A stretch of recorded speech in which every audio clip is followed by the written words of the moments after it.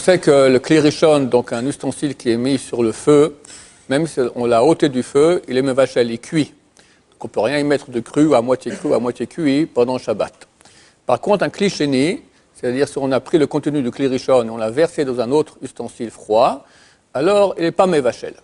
Simplement, les poskim écrivent qu'il y a des choses qu'on appelle les kalei abichou, des choses qui se cuisent facilement.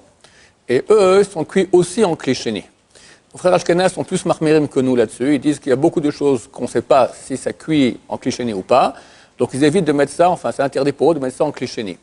Pour nous les Sfaradim, grosso modo, il n'y a que le thé. Parce que beaucoup de poskim m'ont dit que le thé se cuisait aussi en kli sheni. Alors il ne faut pas mettre du thé en kli sheni, on le met en kli shlishi.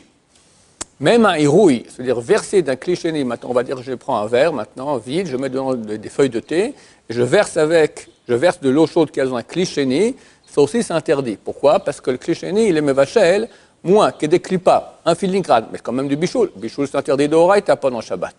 Ah, mais si on a fait un chidouche très sympa, il dit, ça c'est si tu as mis des feuilles de thé comme ça, toutes nues. Mais si tu les as mis dans un sachet, le sachet il est fait de papier, il ne va pas cuire. Alors, tu vas verser de l'eau dessus du kli sheni, l'eau va cuire, mais va cuire quoi? Un filigrane, le papier. Le papier, il n'y a pas de problème de cuire du papier pendant Shabbat. Donc, on peut mettre un sachet dans un verre et verser dessus de l'eau de kli sheni pendant Shabbat, parce qu'il n'y a pas de bichoul. Par contre, si les feuilles de thé ne sont pas dans un sachet, là, c'est interdit.